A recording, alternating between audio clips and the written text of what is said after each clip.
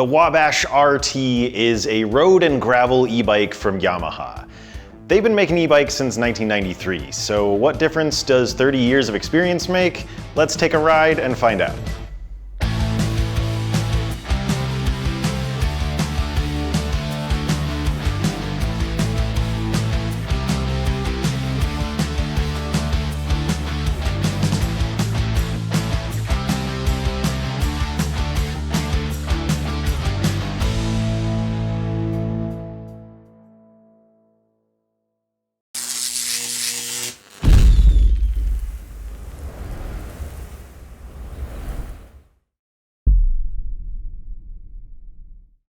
Hey fellow e-bikers, I'm John with Electric Bike Report. I had a lot of fun testing the Wabash RT, but before we talk about that, I've got to say that we are super stoked about hitting 70,000 subscribers. So thank you to everyone who is subscribed. And if you haven't done that already, please do consider subscribing so we can share more reviews like this one and make our way to the 80,000 mark. With that out of the way, let's jump into the Wabash RT, which we had really high hopes for after testing the Crosscore RC from Yamaha just a little while ago. There are a lot of similarities between the two bikes, like the PW Series ST mid-drive motor, which has 250 watts of nominal output, 500 watts of peak power, and 70 Newton meters of torque. That motor uses Yamaha's quad sensor system that incorporates a torque sensor, a cadence sensor, a speed sensor, and a slope sensor, which all tell the motor to adjust its output based on where and how you ride. Most of the e-bikes we test are assembled using a bunch of different components from different manufacturers, but the core elements of this bike, including the motor and battery, are also made by Yamaha, and that's a pretty unique thing. It allows the company to maximize the performance of all of those parts put together. One area where we saw evidence of that was in our range test. I'll talk about the specifics of that later, but we were able to travel over 100 miles on a single charge of the 36-volt 500 watt-hour battery. So the motor and battery here are specific to Yamaha, but I want to point out one major element of this bike that's more of just a general gravel thing, and that's the set of handlebars on the Wabash. These are 44 centimeter drop bars, and they have some serious flair, all the way out to 55 centimeters from center to center on the drops. Those help the bike to feel really stable and confident, especially when cornering or riding over more technical areas where I needed really precise steering. Let's run through the rest of the specs quickly before moving on. The bike comes in a single color option called Blue Steel, but there are 3 frame sizes, a small, a medium, and a large, and there's some spec differences between them that I'll mention when they pop up.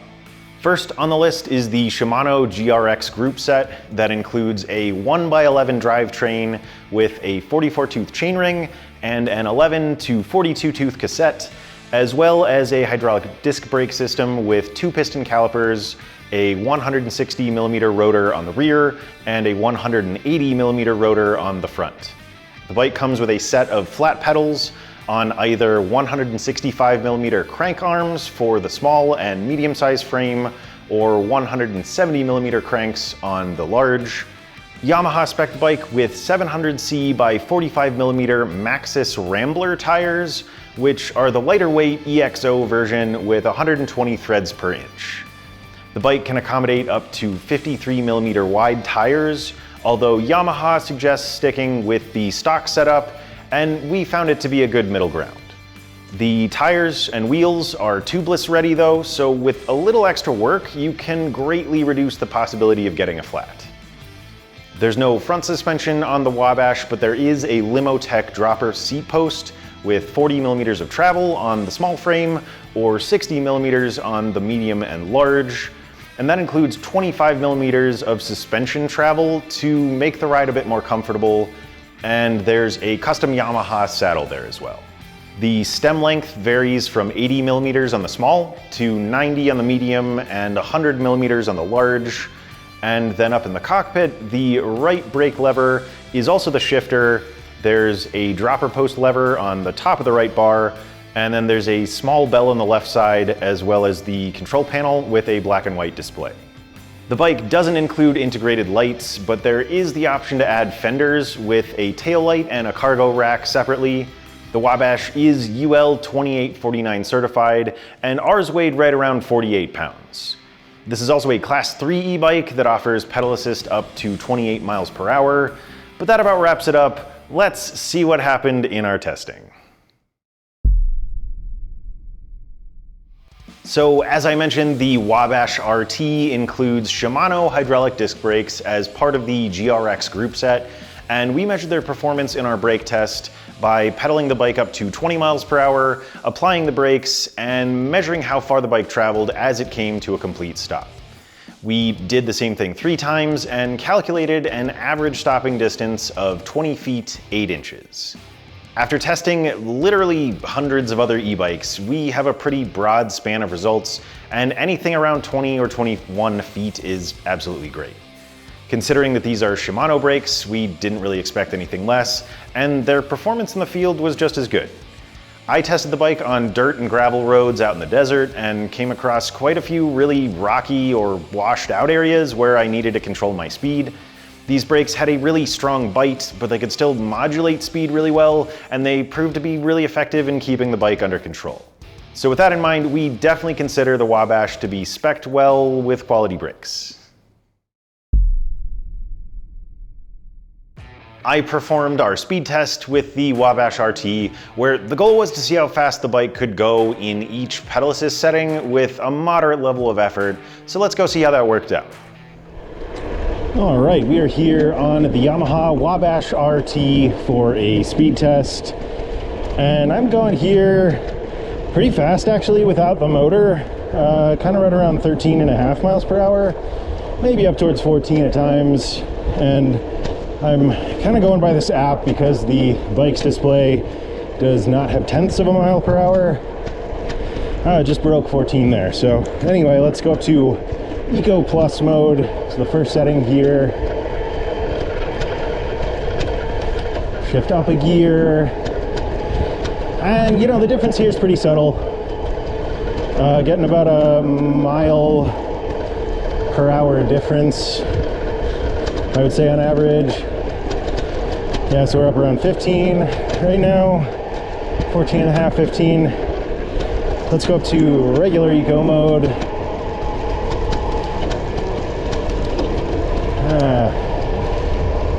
Shift up 1 gear. I went up 2, but I had to step back down. Still feels, you know, very much like riding a regular bike. Going faster, a lot faster, but you know, the ride experience is about the same. Looks like we're going about 18.5 miles per hour here. So let's go up to standard mode.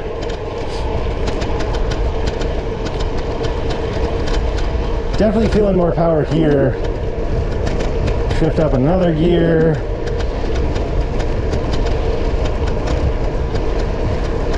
So it looks like we're right around 20, maybe 20.5 or so. All right, let's finish things off in high mode. Wow, okay. Big difference there, honestly. There's quite a bit of power. Shift up another gear. And yeah, I mean, my level of effort hasn't really changed, but we're going a lot faster. On your left. So right around 24 miles per hour from the looks of things, maybe a little faster. All right, we'll call that our speed test on the Yamaha Wabash RT. That quad sensor system that I mentioned really came into play here, so I did my best to keep my level of effort consistent so we could really see the differences between settings. I started off without the motor and I was able to hit 14.1 miles per hour thanks to the Wabash's aerodynamic riding position and its relatively low weight. Moving up to the lowest assist setting, Eco Plus, I didn't notice a huge difference, but I got 1 extra mile per hour up to 15.1. The next setting, which is the regular eco mode, was a lot more powerful, and that brought me up to 18.5 miles per hour. In the third assist level, standard mode, I hit 20.3 miles per hour, and then in high mode, which is the final setting, I reached 25.2 miles per hour. There are just the 4 settings here, which I really liked, instead of the more standard 5 that we usually see. The distribution of power between these settings was pretty good, so whenever I moved up to the next highest mode, I felt like I was getting a boost in power that made sense for the most part. The subtle power of Eco Plus might be something that traditional gravel riders appreciate, although I'd personally prefer a bit more power there. And then of course high mode had a bit of an extra kick. We usually prefer a little bit more of an even spread in power, but we're pretty happy overall. When I was out riding in the desert, I was really impressed by the feel of the bike. Eco Plus required a bit more effort to move it, but all of the other settings were really effective even when I was going uphill. We tested the life and the efficiency of the Wabash RT's 36-volt, 500 watt-hour battery in our range test. We rode the bike in high mode and the regular eco mode until the battery gave out to get a minimum and maximum range, which turned out to be 43.8 miles up to a jaw-dropping 125.7 miles. We chose Eco instead of Eco Plus since we think most riders are gonna want a bit more power, and we measured nearly 2,500 feet of elevation gain in the 10.5 hours that we spent on the bike in that setting. So we think there's potential for some riders to get even more out of the bike. We were totally floored by our results, but if you do use the lowest setting, or if you're riding on flatter ground, you might do even better. We perform our tests on paved bike paths, so if you're riding on gravel, you're probably gonna burn through the battery a little bit faster, but as it is, this is currently the longest distance we have traveled on any e-bike in our range test. The fact that Yamaha makes the motor and battery is a huge bonus here. They're able to make sure that both components work super efficiently together, and that's backed up by math. Based on the motor and battery specs, we estimated that we'd only have about 2 hours on the bike in high mode, but the extra 47 minutes we actually got showed a 39% boost in efficiency. Bottom line here, this bike will keep you going for ages if you don't mind putting in a little more effort, and I mean that. I honestly really like the power level in eco mode. Regardless, whenever you do need to recharge, the bike tops up in about 4 hours. I'm gonna pass you over to Justin for our hill test. He rides every bike up the path at Hellhole Trail, so we can maintain consistency across all of our tests, and he took the Wabash RT up in high mode. So let's go see how the bike performed. Okay, so here I'm on the Yamaha Wabash. Really curious to see how this Yamaha motor does. So far out of the gate, feels pretty good. So it's a gravel bike, which, you know, without a motor, I could probably climb it. But I don't think I'd be going 10, 11 miles per hour right now through the section. Initial impressions from the motor, there is kind of a, it's definitely making noise more on the lower end. You know, it's not like a super high pitch or anything. Trying to keep my pace and my watt inputs that I'm doing fairly consistent. But I'll be quiet through this section so you can hear it and focus on that motor.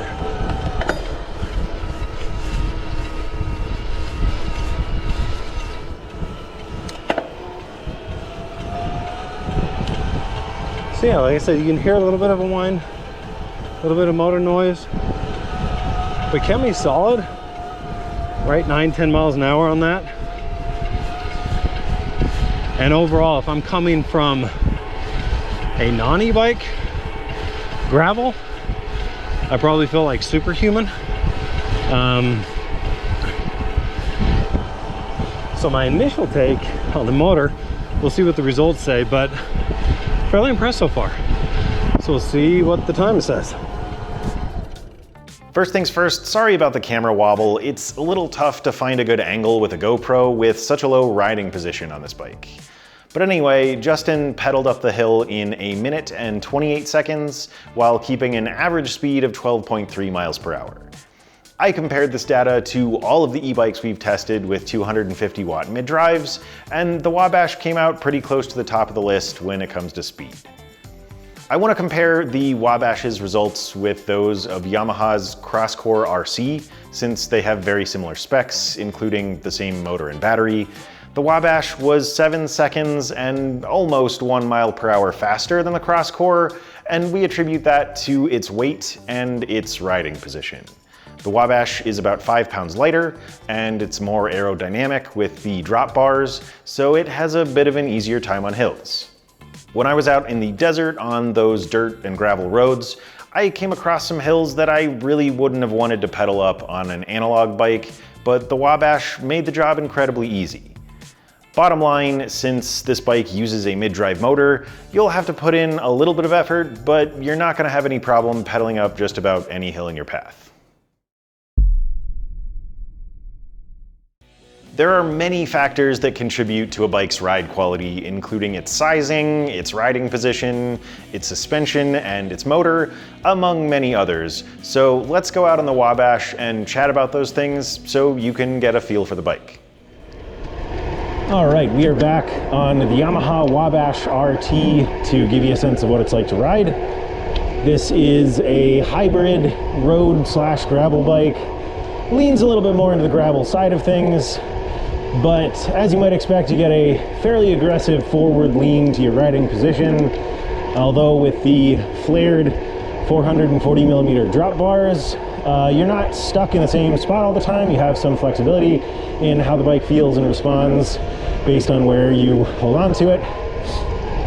There's not a ton of adjustability here, but there are 3 frame sizes, a small, medium, and large. Those fit riders from 5'1" up to 6'7", if I remember correctly. But you know, standard style stem, so your handlebar height and your reach are set unless you add spacers or swap out the stem entirely. But you do have some adjustment in the saddle height, and you have a dropper post there with either 40 or 60 millimeters of travel. There's no suspension on the bike, but there are 700C by 45mm tires. So, you know, you have good steering, good precise handling from those, but they're wide enough that you can air them down a little bit. And these are the Maxxis Rambler tires. So, you know, they're made for gravel, have some nice textured tread on there to give you a little bit of extra grip. And then let's talk about the motor. That is a 250 watt mid-drive. It is the PW Series ST from Yamaha. 500 watts of peak output there. But, you know, it uses their quad sensing technology to just respond very intuitively and quickly. I mean, I have it in the auto assist mode, and, you know, as soon as I pedal harder, I'm getting more power from the motor. So that's a, you know, combination of 4 different types of sensors to give you a really nice responsive feel. But let's call that here, and we'll bounce back to the studio and talk a little bit more. We compared the Wabash RT to other gravel bikes on the market and noticed some minor differences in its geometry that were primarily in its stack and wheelbase measurements. You can check out my written review, which has a bit more detail, through the link in the video description down below, but basically the riding position here is a little more upright and the wheelbase is a little longer. So I found that to generally be a bit more comfortable and feel a little more stable. I mentioned the 3 frame sizes. So the small fits riders from 5'1" to 5'7", the medium goes from 5'5" to 6 feet, and the large ranges from 5'7" to 6'7". We had the medium size, which I thought worked really well for me, and I'm 5'11". In terms of handling, I thought the bike felt really nimble, and I didn't notice any major effects from the longer wheelbase. Cornering felt really tight when I was using the drops, and I definitely have to give those tires some credit for chewing through some really loose dirt, but still feeling stable. The weight of the bike helped it feel really planted, and just generally a lot of fun to ride. To clarify one thing I said in the video clip, there is no front suspension here, but of course there are 25 millimeters of travel in the seat post. I really liked the dropper post. It was nice to be able to get the saddle out of the way when I needed to shift my weight back, and the suspension seat post made a big difference in comfort, although I'd probably swap out the saddle and also add a suspension stem. There were a couple of minor areas that I think could be improved, and the first is the dropper post lever. I found that kind of awkward to adjust on the fly since it could require a lot of movement depending on what position my hands were in.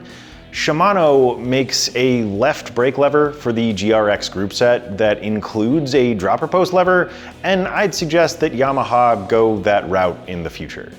We also noticed some paint wear on the head tube from one of the brake cables that was too close, which isn't something anyone wants to see on a bike that goes for a little over $4,000, so we'd like to see improved cable management to make sure that doesn't happen.